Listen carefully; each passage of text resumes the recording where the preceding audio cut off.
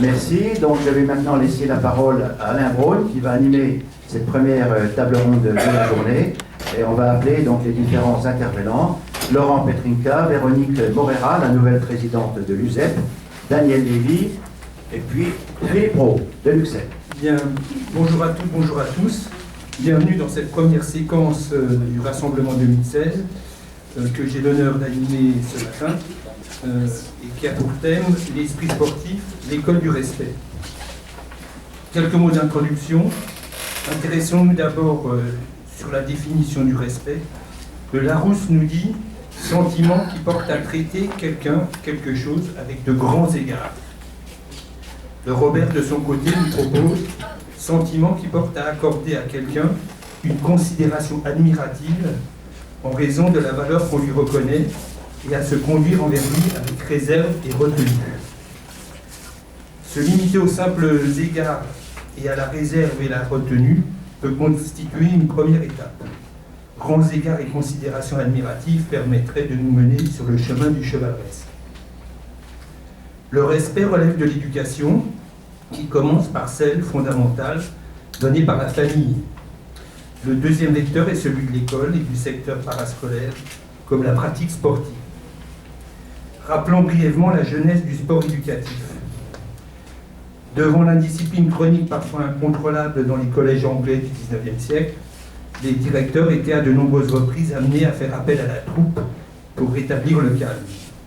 Il est communément attribué à Thomas Arnold, à la tête du collège de rugby, l'initiative de se servir du sport dans sa dimension réglementée pour réguler la vie commune sur la base d'une libre adhésion, le self-government. Pierre de Coubertin, très imprégné du modèle anglais, l'exprimait ainsi dans une campagne de 21 ans. Je cite, « La pédagogie sportive telle que la comprenait Thomas Arnold est le meilleur et le plus actif levier dont puissent faire usage les éducateurs de tous les pays en vue de former des adolescents solides au moral comme au physique. » L'esprit sportif, sous la forme du Code du sportif porté par la FSVFP, prend ses racines dans les valeurs du sport et de l'olympisme conceptualisé par Pierre de Coubertin. La charte olympique, dans son principe fondamental numéro 2, définit l'olympisme comme une philosophie de vie, exaltant et combinant en un ensemble équilibré les qualités du corps, de la volonté et de l'esprit. Alliant le sport à la culture et à l'éducation, l'olympisme se veut créateur d'un style de vie fondé sur la joie dans l'effort, la valeur éducative du bon exemple et le respect des principes éthiques fondamentaux universels, avec pour but, dans son principe fondamental numéro 3, de mettre partout le sport au service du développement harmonieux de l'homme, en vue d'encourager l'établissement d'une société pacifique soucieuse de préserver la dignité humaine. Les tenants de l'olympisme officiel sont donc posés. Le sport est une vocation systémique à structurer l'individu pour une société humaniste. Mais qu'en est-il aujourd'hui ? La prolifération actuelle des chartes pourrait bien être une réaction à la prolifération des dysfonctionnements d'un sport se revendiquant éducatif. Une analyse factuelle de la récente charte sur le sport de l'UNESCO identifie notamment les déviations suivantes. Discrimination, racisme, homophobie, intimidation, dopage, manipulation, corruption, entraînement excessif des enfants, non prise en considération de la santé psychologique et physique des athlètes professionnels par les employeurs, non-respect des droits fondamentaux de la personne humaine, travail des enfants et la traite d'êtres humains, méthodes d'entraînement et des compétitions dangereuses ou inappropriées, pression psychologique, exploitation sexuelle, trafic, violence, exploitation politique, corruption, dépenses excessives des grands événements sportifs, manipulation des compétitions sportives. Ces détournements de la pratique sportive naissent de la substitution du sport, moyen d'éducation ayant pour finalité l'être humain, par un sport but centré sur l'argent et dans certains cas sur la médaille. Dans ce flot désormais permanent, quelques exemples très récents, moins de 2 semaines, nous interrogent. Où se trouve le respect dans la justification par un grand débat intersportif de 2 cartons rouges pour générosité dans les joutes avec l'adversaire?